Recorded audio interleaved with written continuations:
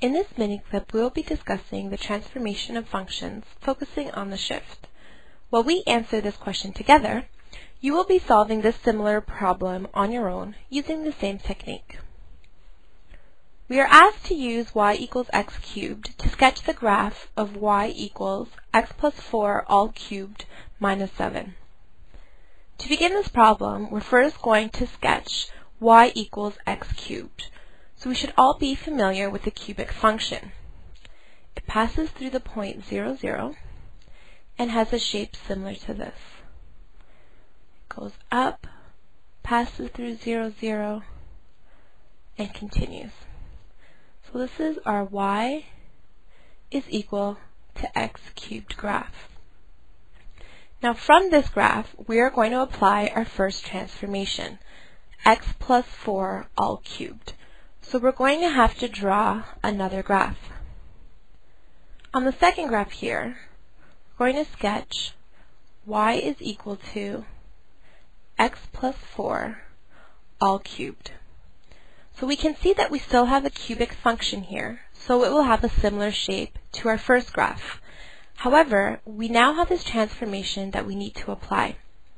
Whenever we add or subtract a number from x, this will result in a horizontal shift. If we are adding, as we are in our case, we shift our original graph, the y equals x cubed, 4 units to the left. So here we know the point is 0, 0. I'm going to label this 0, 0. If I were to move this point 4 units to the left, our new point, which I'm going to label here, will be negative 4 because we're moving horizontally in the x direction, and our y will still be the same, 0. Now this is the point where a cubic function will cross, and we're going to have the exact same shape as we did in our y equals x cubed graph. So we start at the bottom, moving along, passing through negative 4, 0, and then going up.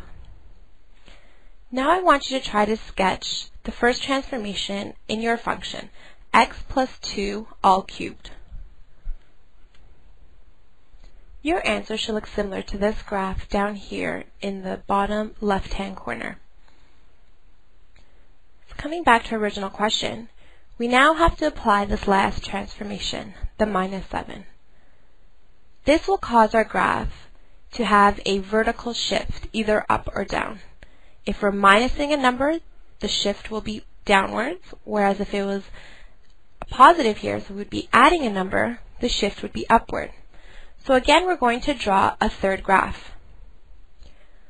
Our third graph will be labeled y is equal to x plus 4 cubed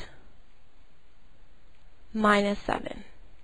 So we want to transform this graph here. We simply want to have the minus 7 at the end. So we're going to look at this graph. If we take this point, negative 4, 0, and move it downwards 7 units, our y value will change. Our 0 will now become negative 7. So I will label our point in the x-axis negative 4. And then here will be negative 7 in our y-axis. And this point here will be negative 4, negative 7. So this now will be where our cubic function passes through. And again, we still have a cubic function, so we have a similar shape as we do here.